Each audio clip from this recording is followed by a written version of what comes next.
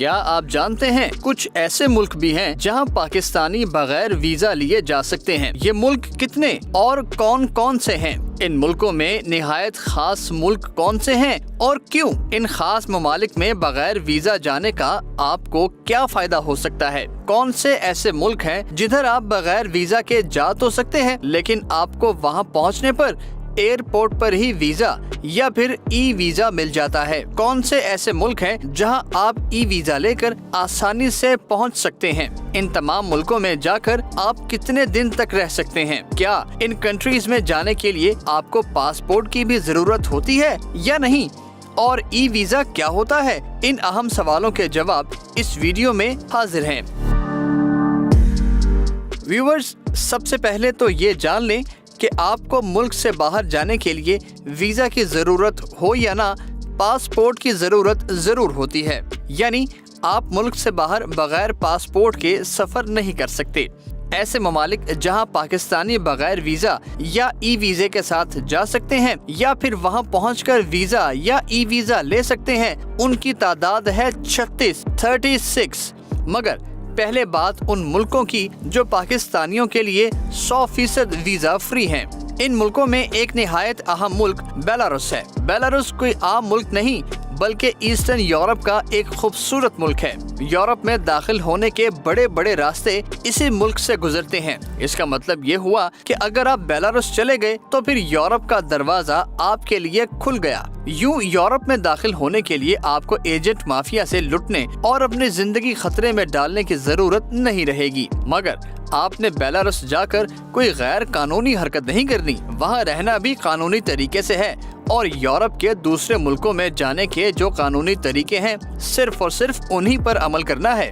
ویسے بیلاروس کے لیے ویزا کی تو کوئی ضرورت نہیں، لیکن یہاں جانے کے لیے آپ کا 10,000 یورو کا میڈیکل کور ہونا ضروری ہے۔ اور ہاں، بیلاروس میں آپ بغیر ویزا کے انٹر ہو کر وہاں 30 دن تک رہ سکتے ہیں۔ اس کے علاوہ ایک اور نہایت اہم اور امیر ملک کے لیے بھی پاکستانیوں کو ویزے کی ضرورت نہیں ہے اور یہ ملک ہے قطر۔ جب دل کرے آپ قطر جا سکتے ہیں اور وہاں 30 دن تک رہ سکتے ہیں۔ اس دوران نوکری تلاش کریں، نوکری مل جانے پر واپس پاکستان آئیں اور پھر کمپنی کے بھیجے گئے ویزا پر قطر چلے جائیں اور خوب ڈھیر سارا پیسہ کمائیں۔ یہ تو ہوئی بات بیلاروس اور قطر کی۔